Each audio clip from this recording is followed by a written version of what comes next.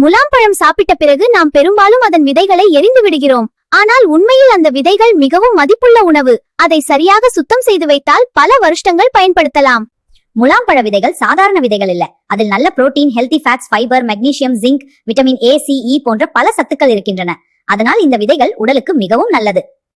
முலாம்பழ விதைகளை அளவாக சாப்பிட்டால் பல நன்மைகள் கிடைக்கும். உதாரணமாக, ஜீரணத்திற்கு உதவும், நோய் எதிர்ப்பு சக்தி அதிகரிக்கும், இதய ஆரோக்கியத்திற்கு நல்லது, எலும்புகளை வலுப்படுத்த உதவும், முடி மற்றும் தோல் ஆரோக்கியம் மேம்படும்.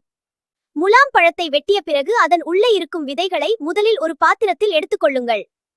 பிறகு அதில் இருக்கும் பழசதை பகுதியை தண்ணீரில் நன்றாக கழுவி விடுங்கள். அடுத்த முக்கியமான படி, அந்த விதைகளை சுத்தமான துணியில் பரப்பி சூரிய ஒளியில் 2 முதல் 3 நாட்கள் உலர்த்த வேண்டும். முழுவதும் உலர்ந்த பிறகு அந்த விதைகளை காற்று புகாத ஒரு டப்பாவில் அல்லது கண்ணாடி பாட்டிலில் வைத்து சேமிக்கலாம். இப்படி வைத்தால் பல மாதங்கள் அல்லது பல வருடங்கள் கூட பாதுகாப்பாக இருக்கும். இந்த விதைகளை சமையலில் பலவிதமாக பயன்படுத்தலாம். உதாரணமாக, கிரேவி கெட்டியாக்க, சட்னியில் பவுடர் செய்து ஸ்நாக்ஸாக வறுத்து சாப்பிடலாம். அதனால் அடுத்த முறை முலாம்பழம் சாப்பிடும்போது அதன் விதைகளை எரிந்து விடாதீர்கள்.